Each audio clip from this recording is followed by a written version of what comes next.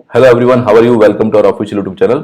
तो हमने पिछले वीडियो में गेट के प्रीवियस ईयर क्वेश्चन की सीरीज स्टार्ट की थी, जिसमें मैंने आपको क्वेश्चन नंबर 1 to 10 जो मैंने आपको बुक बताई थी एस एकेडमी की, जो प्रीवियस ईयर के क्वेश्चंस है, उसके मैंने क्वेश्चन नंबर 1 to 10 कराए थे लीनियर अलजेब्रा के। आज लेक्चर 2 है, जिसमें अपन 11 to 25 क्वेश्चन करेंगे। ठीक है, और इस तरीके से अपन जल्दी से जल्दी आपका प्रीवियस ईयर के क्वेश्चन जितने भी बनते हैं वो सारे कंप्लीट करने की कोशिश करेंगे। तो आज लेक्चर नंबर 2 है। सबसे पहले अगर आप चैनल पर फर्स्ट टाइम आए हो तो चैनल को सब्सक्राइब कर दीजिए और अपने फ्रेंड के साथ शेयर कर दीजिए जो भी इसकी प्रिपरेशन कर रहे हैं। ठीक है, अब बात करते हैं। मैंने क्वेश्चन नंबर 1 to 10 कराया था, तो मैंने 10 वाला क्वेश्चन जो है आपको करने के लिए था। मैंने वहां पे आपको थ्योरी बताई थी, आज भी मैं आपको थ्योरी बताऊंगा, जिससे आपकी थ्योरी भी क्लियर होगी और क्वेश्चन भी क्लियर हो जाएंगे। और इसी तरीके से अपन एप्टीट्यूड के अंदर भी करने वाला है। पहला अपन ये वाला कोर्स करेंगे, उसके बाद एप्टीट्यूड वाला करेंगे। तो देखिए 10th वाला क्वेश्चन देखिए, जो मैंने प्रीवियस वीडियो में दिया था। The rank of the matrix ये दिया हुआ है। तो देखो, बहुत से स्टूडेंट ने बोला था कि रैंक ऑफ मैट्रिक्स की 3 आएगी। मैंने आपको एक रैंक की डेफिनेशन बताई थी, number of non zero raw after the all operation. अगर आपने सारे ऑपरेशन लगा दिए, उसके बाद में जो नॉन जीरो रॉ बच रही है वही आपकी क्या होती है? रैंक होती है। अब देखो रैंक, अब इसका भी रैंक निकाल दो। ऑपरेशन सबसे पहले देखते मुझे ऐसा कुछ लगना चाहिए, क्या ये जीरो बन सकता, कुछ हो सकता है क्या? जीरो जीरो कुछ बच सकते हैं? तो लगा के देखते हैं अपन। तो मैंने यहाँ पर सॉल्व कर रहा हूं। मैं मेरी मैट्रिक्स ए मान लेता हूं। इस ए मैट्रिक्स में क्या दिया हुआ है? 0 0 -3 9 3 5 3 1 1। तो सबसे पहले मेरे को ऐसा लगा कि काम करते हैं, R2 को चेंज करते हैं, R2 - 3R3। ये आप धीरे धीरे जैसे क्वेश्चन सॉल्व करोगे वैसे वैसे आपकी प्रैक्टिस हो जाएगी। इसके लिए आप प्रैक्टिस बराबर करते रहिए ना। तो जैसे मैंने लगाया तो क्या आएगा स्टूडेंट? अब ए क्या बन जाएगा? ये ऑपरेशन लगाने के बाद ध्यान सुनना, 0 0 -3 ऐसे कैसे रहेगा? ये 0 हो जाएगा, ये 0 हो जाएगा, ये 2 बच गया, ये 3 बच गया, ये 1 बच गया, 1 बच गया, ये निकाल दिया। अब आपको उसके बाद सोचना है कुछ ऐसा कुछ हो सकता है और कोई ऑपरेशन लगाओ ताकि 0 हो जाए। देखो, जब एक चीज याद रखना कि जब ये दोनों 0 ना, तो ये वाला 0 हमेशा बनेगा। बना सकते, देखो मैं बना के बताता हूँ। जब भी दो रॉ के फर्स्ट 2 एलिमेंट 0, तीसरा तो आराम से बन जाएगा। कैसे बनेगा बताता हूँ आपको। देखो सिंपल सा, R1 को चेंज कर लो। R1 को से चेंज करोगे तो आप बोलोगे सर 2R1 कर दो, तो 2R1 करते कितना हो जाएगा? -6 और प्लस 3R2 कर दो, तो यहाँ हो जाएगा, ये देखो -6 और प्लस 6 0 हो जाएगा। अब ध्यान सुनो, देखो क्या हो जाएगा, ए की वैल्यू क्या आ जाएगी? अब देखो तो ये हो जाएगा 0 0, ये 0 हो गया, यहाँ 0 0 2 3 1 1। अब सोच के बताओ मुझे, क्या अब इसके अंदर कोई रॉ को आप 0 कर सकते हो क्या? अब नहीं हो पाएगी। अब आप कुछ भी करोगे तो ये तीनों रॉ 0 नहीं बन पाएगी। आप कोशिश कर लो, कोई भी ऑपरेशन लगा लो, जैसे इसको 0 करने की कोशिश करोगे तो ये वाला एलिमेंट नॉन 0 हो जाएंगे, तो आप कुछ नहीं कर सकते। आप एक रॉ को 0 बना सकते थे। अब मुझे बताओ, नंबर ऑफ नॉन 0 रॉ कितनी बच गई है? 2 बच गई। याद है ना, रैंक की डेफिनेशन क्या थी? Number of non 0 row after the operation known as rank. तो अब क्या बच गई? 2 रॉ ऐसी है जिसके अंदर ये नॉन 0 रॉ नहीं है, सिर्फ एक 0 रॉ है। तो रैंक कितनी आ गई? 2 आ गई, क्योंकि नॉन 0 रॉ कितनी है? 2 है। तो इसका आंसर जो आएगा ना स्टूडेंट, वो आएगा रैंक 2। ठीक है, क्या आएगी? ऑप्शन कौन सा हो जाएगा? 2। जिसने भी 2 आंसर दिया था वो राइट है। आगे बात समझ में। रैंक का एक क्वेश्चन आपके गेट में 100% आएगा, इसलिए बोल रहा हूं। जो मैं बहुत सारे क्वेश्चन अभी और भी रैंक आएंगे, जितने भी प्रीवियस क्वेश्चन है, चाहे वो इजी है चाहे हार्ड है, मैं सारे क्वेश्चन ले रहा हूं। ठीक है, तो आगे बात समझ में। तो ये रैंक वाला अच्छे से करके जाना। अगला क्वेश्चन देखो, बोला था matrix is the inverse of the matrix, true और फॉल्स। बोल रहा है क्या ये वाली जो मैट्रिक्स है, ये वाली मैट्रिक्स, इस मैट्रिक्स का इनवर्स है कि नहीं, ये अपन को चेक करना है। तो वो आपको पता होगा इनवर्स का, मैं बता देता हूं, 2 फॉर्मूला देता हूं। एक तो इनवर्स का फॉर्मूला क्या होता है? इनवर्स का फॉर्मूला होता है adjoint A upon determinant of A. ये तो ए इनवर्स निकालने का फॉर्मूला है, ये तो आप याद रखिएगा। ठीक है, दूसरा ये प्रॉपर्टी आनी पड़ेगी, ए इनवर्स क्या होता है? आई मतलब क्या है? आई मतलब क्या है? यूनिट मैट्रिक्स है, 1 0 0 1। ठीक है, अब ये दोनों मैट्रिक्स, अगर ये इसका इनवर्स है तो इसका मतलब मान लेते हैं, अगर ये ए इनवर्स है और ये अगर आपका ए है, तो इन दोनों का प्रोडक्ट क्या होना चाहिए? इस प्रॉपर्टी के अकॉर्डिंग आई आना चाहिए। तो प्रोडक्ट करके देख लेते हैं। तो प्रोडक्ट करके देखो, ए कितना मैट्रिक्स देख लेते हैं। ए आपका है 1 -4 1 -5, 1 -4 1 -5, ये ए है। दूसरा वाला अगर ए इनवर्स है, अपन मानते हैं, तो इसको मान लेते हैं, ये कितना दिया? 5 -4 1 -1। अब इन दोनों का प्रोडक्ट करके देखते हैं अपन, ए इनवर्स करके देखते हैं। प्रोडक्ट करना सबको आता ही है, 1 4 -5 और 5 -4 1 -1। तो अपन करके देखते हैं तो क्या आएगा स्टूडेंट? 5 -4 बचेगा 1 -4 +4 0, 5 -5 0, -4 -4 +1 1। आई आ रहा है कि नहीं आ रहा है? देखो ये बिल्कुल आई आ रहा है, प्रोडक्ट करने पर ये आई मिल रहा है, दैट्स व्हाई अपन बोलेंगे ये दोनों इनवर्स है। आगे बात समझ में? तो ऐसा क्वेश्चन आ जाए, 4 ऑप्शन दिया, आपको पूछे कि कौन ऐसा कौन सा पेयर है जिसके अंदर एक ए है और एक ए इनवर्स है, तो आपको फटाफट प्रोडक्ट करके देख लेना है। अगर प्रोडक्ट में 1 0 0 मतलब जो आई मैट्रिक्स बन रही है, तो यूनिट मैट्रिक्स बन रही है, तो इसका मतलब वो कैसा है? ए इनवर्स है उसका। ठीक है, आई थिंक ये क्वेश्चन क्लियर हो गया होगा। ये छोटा क्वेश्चन है लेकिन ये बड़े बड़े क्वेश्चन को सॉल्व करता है, इसलिए करा रहा हूं ताकि आपका दिमाग खुले थोड़ा सा ना। 12th वाला क्वेश्चन देखते हैं। 12th क्वेश्चन बोल रहा है, if for a matrix rank equals both the numbers of rows and number of column then the matrix is called. बोल रहा है अगर कोई मैट्रिक्स है उसके अंदर रैंक जो है नंबर ऑफ रॉज और नंबर ऑफ कॉलम के इक्वल है, तो मैट्रिक्स को क्या बोलेंगे? देखो अगर नंबर ऑफ रॉ और नंबर ऑफ कॉलम के इक्वल है, मतलब सपोज लो एक अपन सबसे पहले तो अपन क्या अगर स्क्वायर मैट्रिक्स है, number of raw number of upon square matrix लेते हैं, मान ले ये 3 into 3 कर लिया। ठीक है, 3 into 3 का ले लिया अपन ने। अब मुझे बताओ कि अगर इसकी रैंक कॉलम या रैंक, मतलब अब इसका ऑर्डर क्या 3 into 3, तो इसकी अगर रैंक भी 3 हो, जैसे कि वो बोल रहा है रैंक क्या इसके इक्वल है? रैंक रॉ और कॉलम के इक्वल है। अगर मान लेते हैं कि रैंक इसकी 3 है, क्या है? 3 है, तो मुझे एक चीज बताओ स्टूडेंट, अगर रैंक 3 आई है इसकी, देखो यहां लिख देता हूं, दिख नहीं रहा, तो रैंक अगर इसकी 3 आई है, इसका मतलब इसमें अगर मैं पूछ सकता हूं कि number of non zero raw कितनी बची होगी, तो आप बोलोगे 3, क्योंकि रैंक की डेफिनेशन तो होती है। इसका मतलब ये तीनों की तीनों कोई भी इसमें से जीरो रॉ नहीं रही होगी, सारी की सारी नंबर ऑफ नॉन जीरो आई होगी, तभी तो रैंक 3 आई है। रैंक 3 क्यों आई है? क्योंकि तीनों की तीनों रॉ जो हो रही होगी वो नॉन जीरो रही होगी। तो ऐसी मैट्रिक्स को क्या बोलते हैं? जिसके अंदर कोई भी रॉ जीरो नहीं हो। अगर कोई रॉ जीरो होगी तो उसका डिटरमिनेंट क्या आएगा? जीरो आएगा। तो ऐसी मैट्रिक्स जिसका डिटरमिनेंट जीरो आता है उसको बोलते हैं सिंगुलर। क्या बोलते हैं? Singular matrix. और ऐसी मैट्रिक्स जिसका determinant not equal to zero आता है उसको बोलते हैं नॉन सिंगुलर मैट्रिक्स। डेफिनेशन लिख लो, ठीक है। इफ मैट्रिक्स का डिटरमिनेंट निकालना भी जीरो आया तो उसको बोलते हैं सिंगुलर मैट्रिक्स। क्या बोलते हैं? Singular. Of if A is not equal to zero तो उसको बोलते हैं नॉन सिंगुलर। क्या बोलते हैं? Non singular. दोनों की दोनों कैसी मैट्रिक्स होनी चाहिए? स्क्वायर मैट्रिक्स होनी चाहिए। तो इसका मतलब ये सिंगुलर है क्या? नहीं है। सिंगुलर क्यों नहीं है? अगर रैंक 2 होती तो ये सिंगुलर हो सकती, क्योंकि उसके अंदर एक 3 और एक जीरो रॉ आ जाती है। लेकिन यहाँ रैंक 3 जो है वो रॉ के जो ऑर्डर दिया हुआ 3 उसके इक्वल ही है। इसका मतलब इसमें एक भी नॉन जीरो रॉ नहीं रही होगी, तो इसका मतलब इसका डिटरमिनेंट जीरो नहीं आएगा। तो ऐसी मैट्रिक्स को अपन बोलेंगे नॉन सिंगुलर मैट्रिक्स। आई बात समझ में? अगर आपकी थ्योरी क्लियर है तो आप 1 सेकंड का आंसर दे सकते हो, और थ्योरी क्लियर नहीं है तो टाइम लगेगा। गेट में ऐसे क्वेश्चन आते हैं और ये क्वेश्चन सबसे ज्यादा गलत होते हैं स्टूडेंट के, क्योंकि इसमें थोड़ा सोचना पड़ता है। फटाफट आप सिंगुलर लगा के आ जाओगे। तो मेरे हिसाब से आपको समझ में आ गया। मैं वापस डेफिनेशन बता देता हूं। अगर कोई मैट्रिक्स स्क्वायर मैट्रिक्स है, उसका डिटरमिनेंट जीरो आता है तो उसको सिंगुलर मैट्रिक्स बोलते हैं, और जीरो नहीं आता है उसको बोलते हैं नॉन सिंगुलर। अगर कोई मैट्रिक्स है उसकी रॉ और उसका रॉ या कॉलम रैंक के इक्वल है, तो इसका मतलब जैसे 4 into 4 है तो रैंक भी 4 आ रही है, इसका मतलब इसमें एक भी नॉन जीरो रॉ नहीं होगी। और ऐसी जितनी भी मैट्रिक्स है ये नॉन सिंगुलर होगी, क्योंकि इनका डिटरमिनेंट कभी भी जीरो नहीं आएगा। ठीक है, अगला क्वेश्चन देखिए 13। The value of the following determinant, ये भी क्वेश्चन आया हुआ है। देखो ये तो आप निकाल लोगे, मुझे इसका कमेंट करके आंसर बताना क्या आंसर आया। सिर्फ एक स्टूडेंट ने पिछली बार आंसर दिया था, बाकी लोग आप लोग तैयारी नहीं कर रहे या फिर पता नहीं, मुझे नहीं पता। अब जो भी तैयारी कर रहे हैं अपने फ्रेंड में जरूर शेयर करना, ताकि मुझे मोटिवेशन मिले। हम लोग थोड़े से स्टूडेंट ज्यादा होंगे तो हमको मजा आएगा पढ़ाने के अंदर। ठीक है, बाकी मैं पढ़ाऊंगा, एक जना भी होगा तो भी पढ़ाऊंगा, 2 जन होंगे तो भी पढ़ाऊंगा, 100 जन 1000 जन होंगे तो भी पढ़ाऊंगा। बट आप थोड़ा शेयर कीजिएगा, मुझे थोड़ा सा अच्छा लगेगा। तो इसका कमेंट करके मुझे आंसर बताना है कि आपका आंसर क्या है। बहुत सिंपल सा क्वेश्चन है। ठीक है, नेक्स्ट क्वेश्चन चलते हैं। तो बिल्कुल सिंपल होगा तो मैं नहीं कराऊंगा, बट मैंने लिया सब कुछ है, ताकि आप ऐसा नहीं बोलो सर आपने बीच में 2 क्वेश्चन छोड़ दिए। अगला क्वेश्चन मैं कराऊंगा 14 क्वेश्चन। ठीक है, for the following matrix the number of positive characteristics roots. अगर आपने पिछले वाला वीडियो देखा हो तो मैंने वहां पर आपको बताया था कैरेक्टरिस्टिक्स रूट्स क्या होते हैं, कैरेक्टरिस्टिक्स मैट्रिक्स क्या होती है, ये दोनों चीजें अपन ने बताई थी। आपको याद होगा मैंने बताया था ए माइनस लैम्डा आई, इसको बोलते हैं अपन कैरेक्टरिस्टिक मैट्रिक्स बोलते हैं।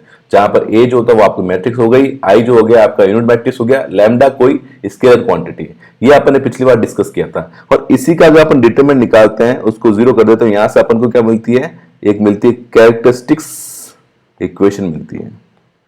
ये चीज अपन डिस्कस कर चुके हैं पिछले वीडियो में। ठीक है, अगर नहीं देखा तो जाकर देख लो। अभी बोल रहा है कि ये मैट्रिक्स जो दी हुई है, ये मैट्रिक्स जो दी हुई है भैया, इसके अपन को बताना है कि पॉजिटिव कैरेक्टरिस्टिक रूट्स क्या होंगे। तो सबसे पहले इसकी मैं निकालता हूं इक्वेशन क्या होगी।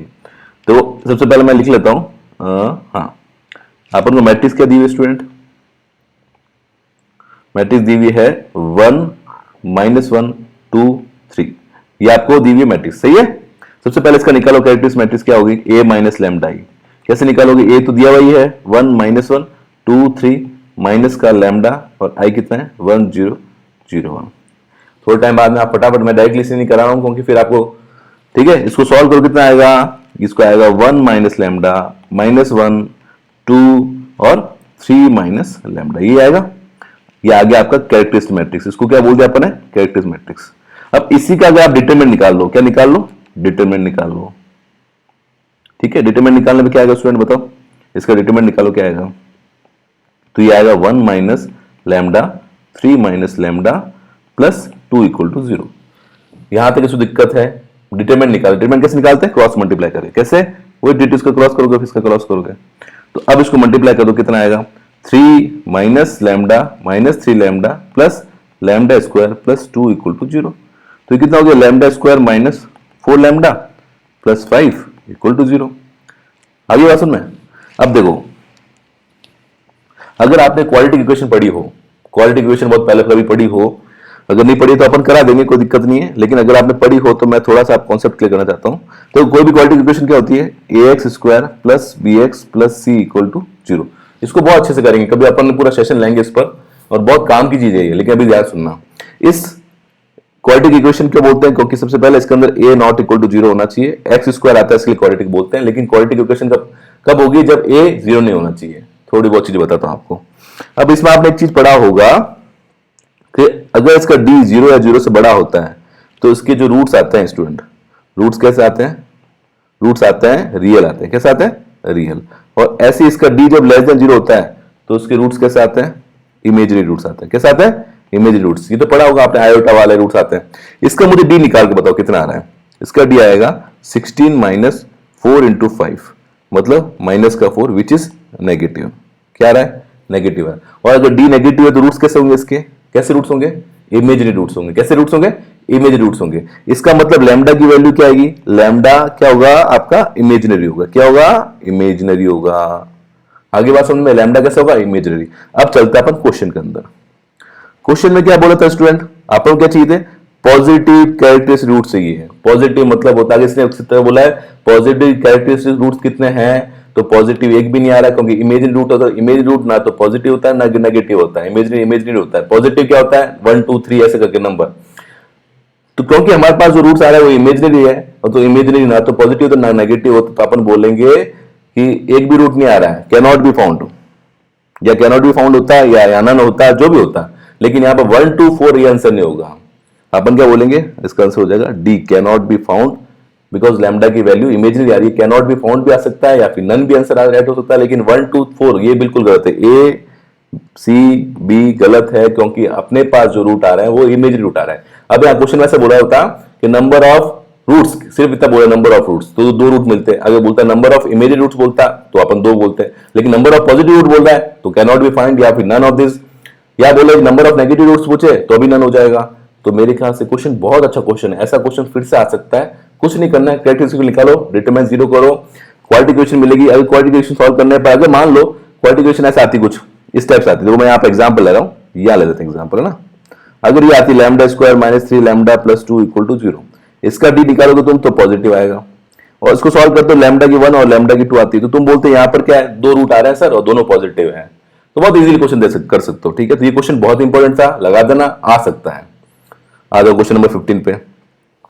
रैंक ऑफ द मैट्रिक्स, फिर से पूछा रैंक ऑफ द मैट्रिक्स। मैं बार बार ये क्वेश्चन कराऊंगा आपको, और ये बहुत इंपॉर्टेंट क्वेश्चन है। एक क्वेश्चन रैंक का जरूर आएगा आएगा। वापस देखते हैं क्या डेफिनेशन होती है रैंक की? Number of non zero raw after the all operation, ठीक है। ऑल ऑपरेशन लगाने के बाद जो नंबर ऑफ नॉन जीरो बचेगी उसको अपन क्या बोलेंगे? रैंक बोलेंगे। लगाते हैं अपन। देखो मैं ए कितना दिया स्टूडेंट? ए दिया 0 2 2 7 4 8 -7 0 -4।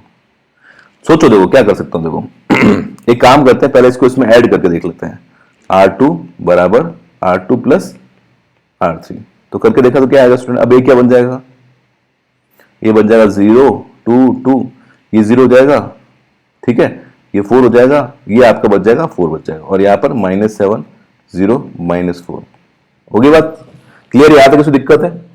अब मेरे दिमाग में एक और चीज चल रही है कि ये 0 0, क्या मैं इनको 0 0 बना सकता हूँ? बिल्कुल बना सकता हूँ। मैंने R2 को चेंज किया, R2 माइनस 2R1, सही है? तो चेंज करते ए कितना आएगा बताओ? R2 चेंज कर रहा हूं तो ये तो सेम रहेगा, 0 2 2 सेम रहेगा, तो ये 0 हो जाएगा, ये भी 0 हो जाएगा, ये भी 0 हो जाएगा, बचा -7 0 -4। अब आप खुद सोचो, कोई ऑपरेशन ऐसा लगा कि आप इसको 0 कर सकते हो, इसको 0 किसी कर सकते हो? नहीं कर सकते, सिर्फ एक रॉ 0 हो सकती है। अब number of non zero raw कितनी बची है? 2 बची है, तो इसकी रैंक कितनी आएगी? रैंक आएगी 2 आएगी। अब क्वेश्चन में आ जाओ, क्वेश्चन में क्या बोला था? इसकी रैंक कितनी आएगी? 3 आएगी। ट्रू फॉल्स वाला है तो अपन बोलेंगे फॉल्स, क्योंकि रैंक अपनी क्या आ रही है? 2 आ रही है। आगे बात सुन, इतने सारे मैंने क्वेश्चन ऑलरेडी करा दिए रैंक के, तो मेरे ख्याल से अब ये क्वेश्चन आपको दिक्कत नहीं देना चाहिए, ठीक है? आ जाओ अगला क्वेश्चन आ जाओ। Find out the N value, eigen value. मैं कभी एन बोल देता हूं, आइगन वैल्यू। सेशन अगर अच्छा लग रहा है तो उसको लाइक कर देना। Find out the eigen value of the matrix. ये ए दिया हुआ है, आइगन वैल्यू पूछी आपसे और आइगन वेक्टर भी पूछा है, ठीक है? गेट 94 में आया था, तो बताया हुआ क्वेश्चन। अगर पीछे वाला वीडियो देखा हुआ है तो इजीली कर लोगे। वापस बताऊं क्या? कर लोगे? क्या करना है? सबसे पहले निकालो ए माइनस लैम्डा आई, ठीक है? ये निकालो, फिर उसके बाद उसका डिटरमिनेंट निकालो, ठीक है? डिटरमिनेंट निकालो, सॉरी, हाँ, इसको क्या करोगे? 0 करो। 0 करने से यू विल गेट लैम्डा की वैल्यू, ठीक? मैंने कराया पूरा। लैम्डा की वैल्यू क्या होती है? यही वैल्यू क्या होती है? Eigen value. और हर आइगन वैल्यू पर क्या होता है? सारी आइगन वैल्यू पर क्या निकलता है? आइगन वेक्टर निकलता है। क्या निकलता है? आइगन वेक्टर निकलता है। तो आइगन वेक्टर निकालना आपको, कर लोगे? ये करके मुझे कमेंट करके बताना। देखो, मुझे ऐसा लगना चाहिए कि आप लोग भी साथ में कर रहे हो। अगर एक ही चीज को मैं बार बार करा रहा हूं, उसका मतलब आप पीछे वाला नहीं पढ़ रहे हो, तो दिक्कत है ना। तो पीछे वाला वीडियो देखते रहते हो, लेक्चर 1 लिखा हुआ, उसके अंदर ये लेक्चर 2 है, लेक्चर 3, लेक्चर 4, लेक्चर 5, ऐसे करके चलता रहेगा, लेकिन आपको पीछे वाला करते रहना पड़ेगा, ठीक है? इसलिए बोल रहा हूँ, अभी से आपके जो भी दोस्त हैं अभी जुड़ जाओ, नहीं तो फिर बाद में क्या होगा कि 10 लेक्चर के बाद में फिर आपको थोड़ा समझ में मान लगेगा, आप बोलोगे सर पीछे वाला हमने किया नहीं। तो साथ साथ मेरे करते रहो। अगला क्वेश्चन करें 17। बोला एल क्रॉस एम, ये भी कर ही लोगे। गिवन मैट्रिक्स एल दिया हुआ, एम दिया हुआ, एल क्रॉस एम। देखो एक चीज याद रखना कि आपको कब मल्टीप्लाई, इसका ऑर्डर क्या है? 3 इंटू 2। इसका कितना है? 2 इंटू 2। इसका मल्टीप्लाई पॉसिबल है, बिल्कुल। 3 इंटू 2 की मैट्रिक्स आएगी, चेक कर लेना कौन सी आ रही है। मल्टीप्लाई तो आप कर ही लोगे। देखो मैं सारे क्वेश्चन उठाया इसके अंदर, इजी क्वेश्चन भी नहीं छोड़ रहा हूं मैं, लेकिन मैं सिर्फ क्वेश्चन आपके सामने रख रहा हूं, मुझे पता है कर लोगे तो मैं छोड़ रहा हूं ये। तो 17 वाला आप कर लोगे। अब कुछ अच्छे क्वेश्चन आएंगे वो मैं कराऊंगा। देखो 18 क्वेश्चन, ये भी बहुत सिंपल क्वेश्चन है। सॉल्व द सिस्टम, इसको भी मुझे इसको भी आपको करके बताना है कि इसके अंदर एक्स वाई जेड की वैल्यू क्या आएगी। कर लोगे आप ये, ऐसा क्वेश्चन आएगा तो हर कोई कर लेगा। ये क्वेश्चन तो होनी चाहिए आपसे, ठीक है? तो जो क्वेश्चन मैं छुड़ा रहा हूं उसको कमेंट करके बताना है। अगर आप सच में लेक्चर देख रहे हो तो मुझे कमेंट करके बताना कि इतने इतने आंसर आए। तो 18th वाला फिर आपको करना है, क्योंकि बहुत इजी क्वेश्चन है। हार्ड आएगा तो मैं कराऊंगा, ये 18th वाला मुझे लगता है आप कर लोगे। अब आप बोलोगे सर इजी वाला क्वेश्चन डाल ही क्यों रहे हो आप? मैं क्वेश्चन सारे डाल रहा हूं, ठीक है? 19th थोड़ा सा क्वेश्चन है। बोला among the following the pair of vectors orthogonal to each other. Orthogonal क्या होता है? कोई भी दो वेक्टर ऑर्थोगोनल है तो सिंपल सी बात है, मान लेते हैं अगर ये वाला मेरा, देखो मान लेते हैं कि ये वाला पूरा का पूरा सेक्शन मेरे लिए ए है। क्या है? ए है। और मान लेते हैं ये बी है और ये पूरा सेक्शन क्या है? ये मेरे लिए क्या है? पूरा बी है। तो ऑर्थोगोनल कोई भी दो मैट्रिक्स, इफ, लिख लो ये, if A and B are orthogonal to each other, तो क्या होता है बताओ मुझे? ए बी टी ये 0 आएगा या बी ए टी 0 आएगा, ठीक है? वेर ए टी और बी टी क्या है? A T is the transpose of A. Transpose निकालना आता है? ट्रांसपोज ऑफ ए, ठीक है? कर लोगे? जैसे मान लेते हैं कि मैं कोई भी एक ऑप्शन लेता हूं ए, तो अगर मेरा ए आपका, ये चार ऑप्शन चेक करने पड़ेंगे, 3 4 7 है, बी आपका 3 4 7 है, तो मुझे बताओ ए बी टी, पहले कोई भी एक चेक कर लो, इसको चेक करो या फिर इसको चेक करो, दोनों को चेक नहीं करना है। ए बी टी निकालो, ये कितना है? 3, ऑब्वियसली नहीं आएगा, ऑब्वियसली नहीं आएगा, करने की जरूरत भी नहीं है। तो ये 0 आ रहा है क्या? ये 0 नहीं आ सकता, तो पहला ऑप्शन नहीं है, ठीक है? ऐसे करके ऑप्शन चेक करना है। मेरे ख्याल से बी या सी में से कोई आएगा, या डी आ सकता है, चेक कर लेना जो भी है, कुछ भी नहीं है इसके अंदर, ठीक है? कर लोगे? अरे कर लोगे क्या? सीधे कर, कुछ नहीं है इसके अंदर, देखो सीधे सीधे आ जाएगा, मेरे ख्याल से सी ऑप्शन बैठ रहा है। देखो 1 0 0 0 2 0, सी ऑप्शन राइट हो जाएगा। कुछ भी तो करके देख लेना बस, ठीक है।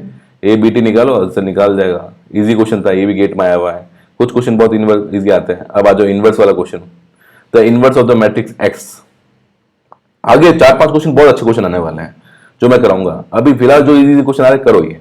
अब जब भी इनवर्स वाला क्वेश्चन आता है ना तो स्टूडेंट बहुत टाइम लगाता है। देखो क्वेश्चन एग्जाम के अंदर आपको आता है, ये भी इंपॉर्टेंट है, और आप कितने कम टाइम में करते हो ये उससे ज्यादा इंपॉर्टेंट है। 25 क्वेश्चन मुझे आते हैं, लेकिन हर क्वेश्चन को मैं 5 मिनट में कर रहा हूं, तो मेरे को मेरी मैथ अच्छी नहीं है, मतलब फिर एग्जाम देने का मतलब नहीं है। लेकिन अगर मेरे को क्वेश्चंस एक दो कम भी आते हो, लेकिन मेरी स्पीड बहुत अच्छी है और मैं सारे क्वेश्चन करके आ रहा हूँ, वो ज्यादा इंपॉर्टेंट है। तो आपको एक स्पीड भी मेंटेन करनी पड़ेगी। स्पीड के लिए आपको कॉन्सेप्ट अच्छे होने चाहिए। आप थोड़ा शॉर्ट ट्रिक भी लगाए, जैसा अभी दिया इनवर्स ऑफ द मैट्रिक्स, तो आपका मल्टीप्लिकेशन बहुत अच्छा होना चाहिए।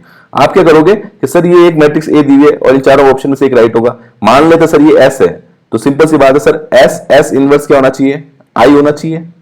एस एस इनवर्स क्या होना चाहिए, आई होना चाहिए। अगर ये चार ऑप्शन में से एक ऑप्शन उसका ए उसका इनवर्स है, तो उन दोनों का मल्टीप्लाई क्या होना चाहिए, आई होना चाहिए। अब फटाफट क्या करोगे, इसको चेक कर लोगे चारों से मल्टीप्लाई करके। एक तो तरीका ही हो गया, चारों से मल्टीप्लाई करके देख लो फटाफट, या फिर आपको ये निकालना पड़ेगा ए इनवर्स बराबर adjoint of A of determinant of A, जो कि बहुत टाइम लगेगा। ये टाइम कंज्यूमिंग है, ये फटाफट जैसे आप मल्टीप्लाई करोगे। मान लो फर्स्ट रॉ में आपका 2 आ गया, तो आई आएगा, छोड़ो उस ऑप्शन को। अगला ऑप्शन चेक किया 3 आ गया, छोड़ो। सी ऑप्शन चेक किया 1 आया, 1 आती है। अगला ऑप्शन किया 0 आ रहा है, फिर 0 आ रहा है, फिर सेकंड रॉ में देखा 0, मतलब यूनिट मैट्रिक्स बनते हुए दिख रही है, तो वो ऑप्शन राइट हो जाएगा। तो इस तरीके से आपको फटाफट करना है। देखो अगर जो सिंपल सी बात है, अगर लिखते आंसर आ जाएगा, आप चेक करके देखना तो लिखते आंसर आ जाएगा। जैसे मैं फर्स्ट मैट्रिक्स का मल्टीप्लाई करूं तो 1 आ रहा है, फिर 0 आ रहा है, फिर 0 आएगा, ठीक है, 1 0 0 बन रहा है। फिर सेकंड से करूंगा तो ऐसे करके मल्टीप्लाई करके देख सकते हो। थोड़ा सा पेन चलाना पड़ेगा, आंसर आ जाएगा। कर लोगे। वापस आइगन वैल्यू आ गया, आइगन वैल्यू बता चुका हूं, किसी को नहीं पता है तो पूछ सकता है। देखो वो जो सेशन था ना, बहुत अच्छा सेशन मिल गया था, इसलिए आपने देखा नहीं होगा। उसमें सारी थ्योरी क्या होती है सब कुछ कराया था मैंने। अब इसमें क्या क्वेश्चन रिपीट आ रहे हैं, ठीक है, और आपके भी ऐसे क्वेश्चन आएंगे तो आप कर सकते हो। तो क्या निकालना है, आइगन वैल्यू निकाल, आइगन वैल्यू कैसे निकालते हैं, ए माइनस लैम्डा। अब जिसको नहीं पता है मैं वापस बता देता हूँ। ए आपका दिया है, ए कितना दिया है, 0 0 0 0 1 -6 -11 -6, ठीक है, माइनस लैम्डा आई। आई कितना होता है स्टूडेंट, 1 0 0 0 1 0 0 0 1। सॉल्व करो उसको, कितना आएगा, माइनस का लैम्डा, फिर 1, फिर 0, फिर 0, फिर 0 माइनस लैम्डा, फिर 1, फिर -6, फिर -11, फिर -6 माइनस लैम्डा। ये आ गया। अब इसको क्या करो, इसका डिटरमिनेंट निकाल लो और उसको 0 कर लो। वहां से आपको जो लैम्डा की वैल्यू मिलेगी, वहां से जो लैम्डा की वैल्यू मिलेगी वही क्या होगी, आइगन वैल्यू होगी। सॉल्व कर सकते हो, उसको कर लोगे। चलो करके बताना। देखो अगर आप बोलोगे तो मैं करके बता दूंगा अगली वीडियो के अंदर। मुझे इतना लगता है कि इतना आते होगा, गेट क्वालिफाई कर रहे हो तो इतना तो आएगा यार। ये क्वेश्चन वेरी इंपॉर्टेंट क्वेश्चन, इस टाइप क्वेश्चन बहुत बार आ चुका है और बहुत से स्टूडेंट गलत करके आते भी हैं। तुम मत करके आना। बोला the rank of the following matrix, इसकी रैंक क्या होगी। ये आपको मैट्रिक्स दी हुई, इसका ऑर्डर क्या दिया हुआ भैया, ऑर्डर दिया हुआ n प्लस, सॉरी पेन गलत चेंज कर लिया मैंने, एक सेकंड ना, पेन थोड़ा सा अच्छा लगता है अपन। हाँ अब मजा आएगा, अब मजा आएगा। n+1 मल्टीप्लाई n+1, n+1 इसका ऑर्डर दिया हुआ है। तो बोल रहा है कि इसकी रैंक क्या आएगी भैया। एक सेकंड का क्वेश्चन है। अगर कल वाला वीडियो जिसने देखा हुआ है वो आज वाला ये वाला क्वेश्चन एक सेकंड में कर लेगा, नहीं तो ये क्वेश्चन मैक्सिमम लोगों का गलत होगा। देखो मैंने वहां क्या बताया था, ये सारी की सारी रॉ क्या आइडेंटिकल है, दिख रहा है इसको, एक सेकंड में ना, हाँ ये सारी की सारी रॉ जितनी भी है ना, ये सबकी सब क्या आइडेंटिकल है। तो मैंने कल बताया था आपको 5x7 का क्वेश्चन कराया था मैंने, कि 5x7 उसके सारे एलिमेंट्स 1 1 1, उसकी रैंक क्या आएगी। तो आपने बोला था रैंक 1 आएगी। क्यों 1 आएगी, अब जब सबके सब इक्वल है 1 1 1 1 1 1, तो आप सिर्फ एक ऊपर वाली डॉट को 0 नहीं बना पाओगे, बाकी सबको 0 बना दोगे। जैसे R1 R2 R3 तीन रो है, सब में 1 1 दिया हुआ है, तो आप क्या लगाओगे, R1 R1 माइनस R2, दूसरा ऑप्शन लगाओगे R2 R2 माइनस R3, दो रो 0 बन गई, तीसरी वाली रह जाएगी। तो इसका मतलब जब भी सारे एलिमेंट इक्वल होते हैं तो हम अगर सारे, जैसे 4 रो है तो 3 को 0 बना पाएंगे, 5 है तो 4 को 0 बना पाएंगे, 10 है तो 9 को 0 बना देंगे। मतलब अगर मतलब 1 लाख है तो 1 लाख में से 99,999 समझ गए ना, तो वो आप जीरो बना सकते हैं। 100 है तो 99 जीरो बना सकते हैं, लेकिन एक बच जाएगी। तो जब भी याद रखना कि जब भी रॉ सारी आइडेंटिकल होती है, कितनी भी आइडेंटिकल हो, उसकी रैंक 1 आएगी, क्योंकि आप सारे यहां से यहां तक सारे के सारे जीरो बना सकते हो, एक बच जाएगी। ठीक है, ये मैंने क्वेश्चन कल भी कराया था। तो इसकी रैंक क्या आएगी, इसकी रैंक आएगी 1 आएगी। क्या आएगी, रैंक 1 आएगी, और वो एन पे डिपेंड नहीं करेगी, क्योंकि रैंक की definition number of non zero. आप कोई भी ले लो, एन की वैल्यू 10 ले लो, 20 ले लो, 50 ले लो, 100 ले लो, 1000 ले लो, आंसर एक ही आएगा, और उसका आंसर होगा 1, क्योंकि आप बाकी सारे जीरो बना दोगे, एक बच जाएगी। कॉन्सेप्चुअल, चलो यार, याद कुछ भी नहीं करना है, इसको भी याद कर रहे हो तो फिर तो मतलब ही नहीं है। क्या आ गई, रैंक 1 आ गई। ये बहुत अच्छा क्वेश्चन था, इस क्वेश्चन को आप नोटबुक में लिख देना। इस टाइप क्वेश्चंस बहुत आते हैं गेट के अंदर। गेट के अंदर क्वेश्चन इस टाइप का आता है, हमेशा क्वेश्चन थ्योरेटिकल नहीं आएंगे, या हमेशा क्वेश्चन आपके सॉल्व करने वाले नहीं आएंगे। कुछ क्वेश्चन ऐसे आते हैं जो सोचने पड़ते हैं, इसमें कुछ भी सॉल्व नहीं करना है, थोड़ा दिमाग लगाओगे आंसर आ जाएगा। अगला क्वेश्चन देखो, let AX be a system of linear equation where A is an m cross n matrix, B is a n cross 1 column matrix, which of the following is false? false बताना है। आधे लोग यहीं पे गलती कर देते हैं, false बताना है, दिमाग में रखना, false बताना है। आ जाओ ऑप्शन में, बोल रहा है एक मैट्रिक्स है A। देखो जब भी क्वेश्चन स्टार्ट करो, छोटी छोटी चीजें साइड में लिख दो कि सर A जो मैट्रिक्स है वो आपका m क्रॉस n है, और सर B जो मैट्रिक्स है वो सबसे पहले n क्रॉस 1 है। ये छोटी चीजें आप पहले लिख लिया करो। तो सर क्या सबसे पहले A क्रॉस B पॉसिबल होगा? सर बिल्कुल होगा A क्रॉस B, क्योंकि A जो है आपका m क्रॉस n है और ये n क्रॉस n है, तो इसको मल्टीप्लाई करोगे तो कोई मैट्रिक्स C मिलेगी, उसका ऑर्डर क्या होगा? उसका ऑर्डर होगा m इंटू 1 होगा। ये तो पता ही सबको। अब यहाँ पर A, इसको A B मतलब ये A क्रॉस B है, ठीक है ना।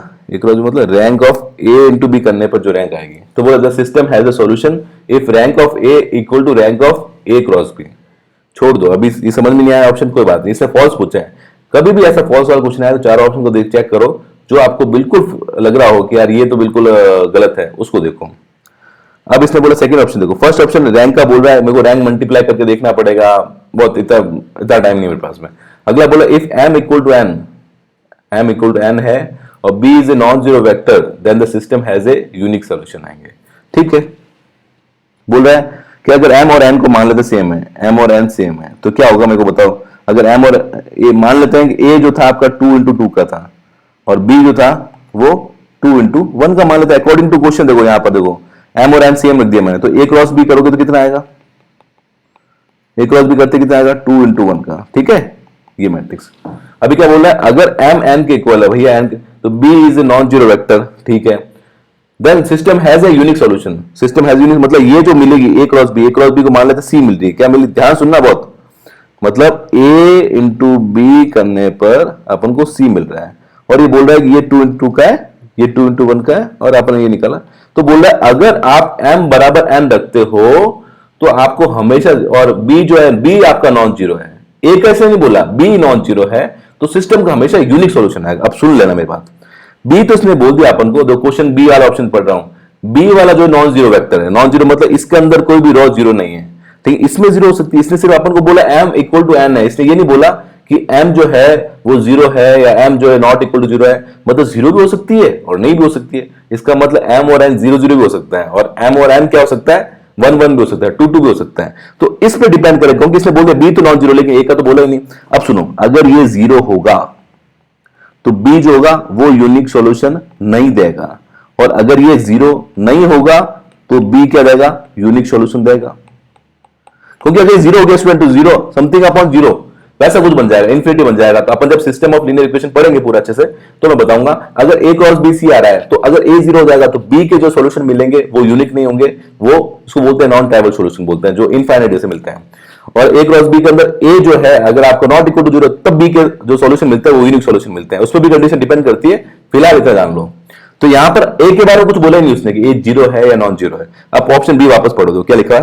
बोल रहा है if m equal to n है, भैया m इक्वल n ले लेंगे हम, लेकिन उसमें जीरो मैट्रिक्स है या नॉन जीरो है? b का तो तुमने बोल दिया, a का नहीं बोला। अगर तुम बोलते a नॉन जीरो है तो आपके जो सॉल्यूशन आते हैं वो यूनिक सॉल्यूशन आ सकते थे, लेकिन आपने क्या बोला? a के बाद कुछ भी नहीं बोला, तो हम बोलेंगे ये स्टेटमेंट आधा गलत है। ये बोला हमें then the system has a unique solution, not, it is not right. If the system has a unique solution, then A must be not equal to 0. If A equal to 0, then system has not a unique solution. आगे बात समझ में? तो दो चीजें होनी चाहिए थी यहाँ पर बी ऑप्शन के अंदर, ऐसा लिखा होना चाहिए था कि ए भी है आपका नॉन जीरो वेक्टर, तो अपन बोल सकते हैं। लेकिन ए जो है उसके बारे में कुछ भी नहीं दिया गया है, वो जीरो भी हो सकता है, नॉन जीरो भी हो सकता है। दैट्स वाई इसके दो टाइप के सॉल्यूशन मिल सकते हैं। अगर वो जीरो होगा तो यूनिक सॉल्यूशन नहीं मिलेंगे, अगर वो जीरो नहीं होगा तो उसके यूनिक सॉल्यूशन मिलेंगे। लेकिन बी ऑप्शन के अंदर ऐसा कुछ भी लिखा हो, तो बी ऑप्शन जो है वो आपका बिल्कुल फॉल्स ऑप्शन है। सी और डी चेक करने की जरूरत नहीं है। तो ये जो ऑप्शन होते हैं ना, फटाफट चार ऑप्शन में से वो ऑप्शन देख लो फटाफट कौन सा गलत होने का दिख रहा है। बाकी आप देखोगे तो क्या बोलता है, system will have a trivial solution when m equal to b is a zero vector and rank of a is n। बिल्कुल सही बात है। फोर्थ ऑप्शन ने बोल दिया कि the system have a trivial solution आएंगे जब m b को जीरो बोल दे, जीरो बोलते क्या होगा, a समथिंग अपॉन जीरो चल जाएगा, a इनफाइनाइट आ जाएगा, तो ट्राइवल सॉल्यूशन आ गया। ये पूरा मैं पढ़ाऊंगा, लीनियर सिस्टम इक्वेशन पूरा पढ़ाऊंगा। अभी फिलहाल के लिए इतना समझ लो, a क्रॉस b अगर c आ रहा है तो अगर a जो है आपका नॉन जीरो है तो b के यूनिक सॉल्यूशन मिल सकते हैं, और a अगर आपका जीरो है तो b के यूनिक सॉल्यूशन नहीं मिलेंगे। तो यहाँ पर बी वाला ऑप्शन के अंदर उसको एक लाइन और ऐड करनी थी, लेकिन उसने नहीं करी, तो बी ऑप्शन जो है वो फॉल्स ऑप्शन है। ठीक है,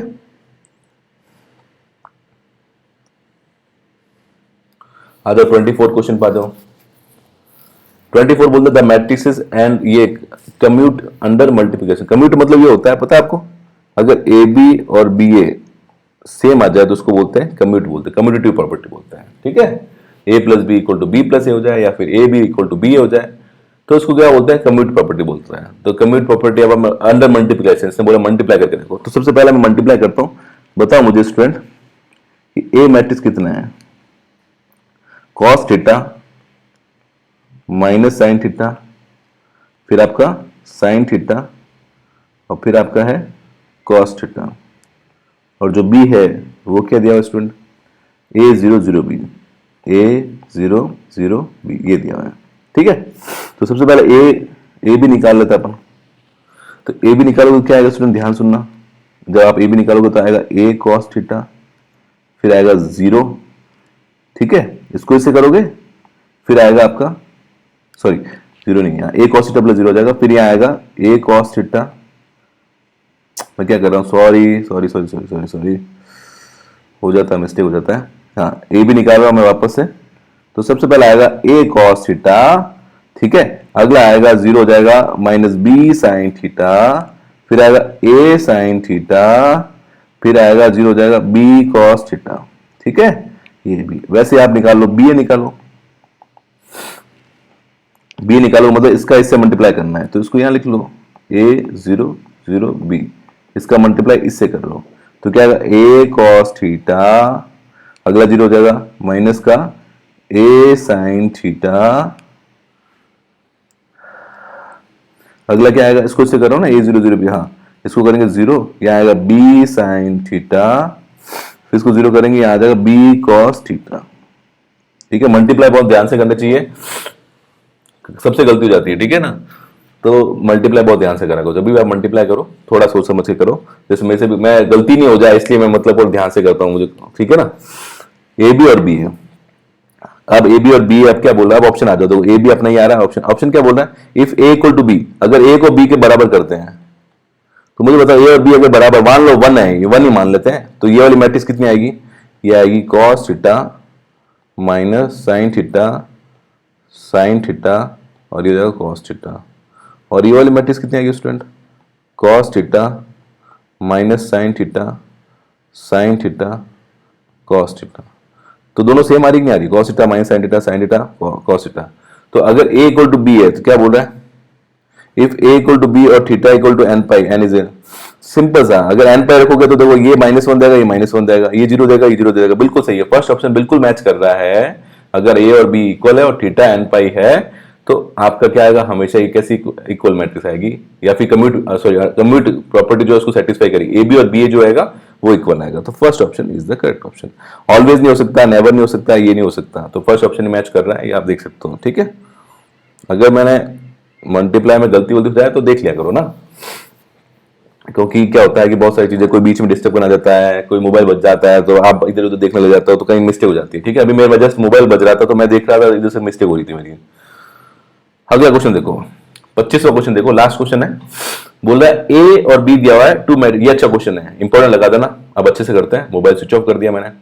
late A B two matrices that A B equal to I and C equal to A, express the element of D in terms of the elements of B. ठीक है, एक एक हिंट को लेकर चलते हैं। देखो और भैया लेक्चर अगर सही लग रहा है तो शेयर जरूर करना है। अगर आपको काम का लेक्चर लग रहा है, अगर आप कुछ सीख रहे हो तो उसको शेयर जरूर करना है, ताकि मैक्सिमम लोगों तक पहुंचे और मुझे थोड़ा अच्छा लगे कि हाँ। अब देखो, सबसे पहले हिंट दिया हुआ है ए बी क्या है, आपका आई है। ठीक है, तो मैं यहां से ए बी आई है तो मैं बोल सकता हूं कि बी जो होगा वो ए इनवर्स होगा। बोल सकता हूं बी जो होगा वो ए इनवर्स होगा, या मैं ये भी बोल सकता हूं ए जो होगा वो बी इनवर्स होगा। जब जरूरत पड़ेगी तो कुछ कुछ भी ले लेंगे। ठीक है ना।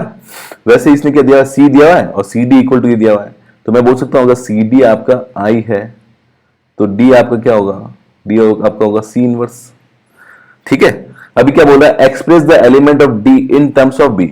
डी को जो है वो बी के टर्म में लिखना है।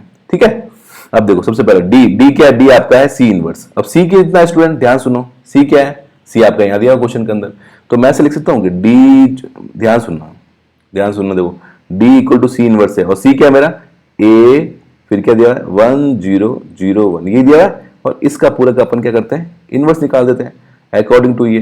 नहीं समझ में आ रहा, देख लो यहाँ सी डी इक्वल टू दिया होता है, डी से मैं यहाँ पहुंचा हूं। ठीक है, वापस समझा दूंगा।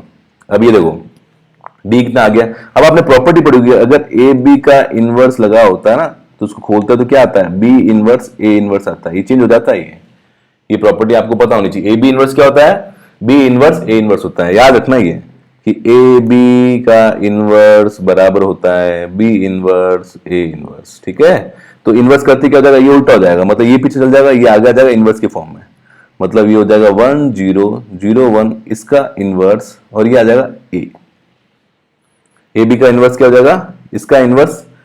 ये प्रॉपर्टी सबको याद रखनी है। ठीक है, और यहां पर क्या आ गया डी। अब मुझे बताओ ए इनवर्स किसके बराबर है, देखो ध्यान सुनो, देखो ये ए इनवर्स किसके बराबर, ए इनवर्स किसके बराबर है, वापस बता रहा हूं, ए इनवर्स बराबर है बी के बराबर। तो क्या मैं इसको बी लिख सकता हूं, तो मेरा डी कितना हो जाएगा स्टूडेंट, ध्यान सुनो, डी कितना आ जाएगा 1 0 0 1 का इनवर्स, और ए इनवर्स आपके किसके बराबर, बी के बराबर।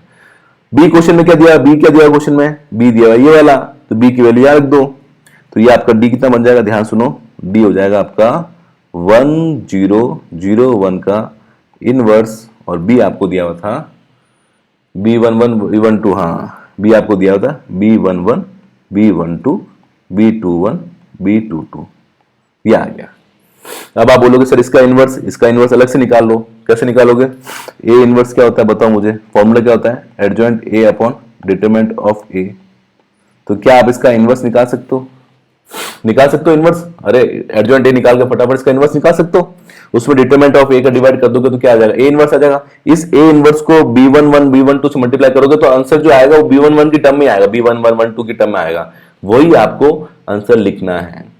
ठीक है, तो एडजॉइंट ए निकालोगे अपॉन डिटरमिनेंट ऑफ ए कर दोगे। अब ये मत बोलना मेरे को ए इनवर्स निकालना था, ए इनवर्स सबको आता है, उसको मल्टीप्लाई कर दो, आपका आंसर आ जाएगा।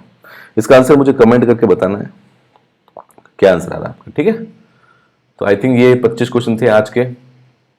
वापस ये समझा देता क्वेश्चन क्या था, इसमें एक एक हिंट लिखते रहो। देखो अगर आप समझोगे बहुत ध्यान से, देखो मैंने क्या करा, ये वापस समझा देता हूँ।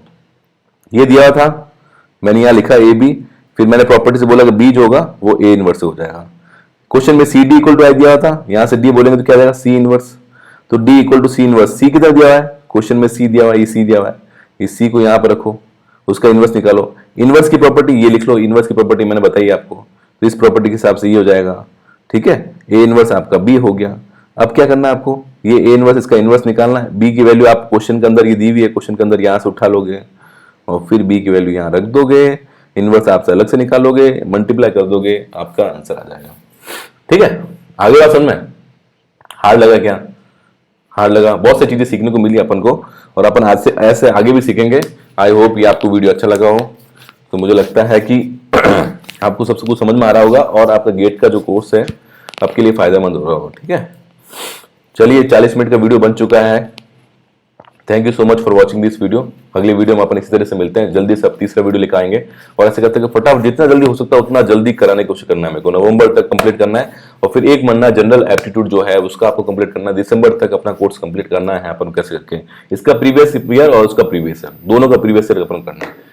लेकिन उसके लिए थोड़ा सा आपका सपोर्ट चाहिए, अपने फ्रेंड को जो शेयर कीजिए और मैक्सिमम कमेंट करके बताइए, थोड़ा सा इंटरेक्टिव बनाइए ताकि मुझे भी मजा आए और आपको मजा आए। क्वेश्चन पूछिए मुझसे बहुत सारे, ठीक है। मैं आपको थोड़े टाइम बाद में आपके व्हाट्सएप नंबर भी दे दूंगा जिससे आप क्वेश्चन पूछ सकते हो।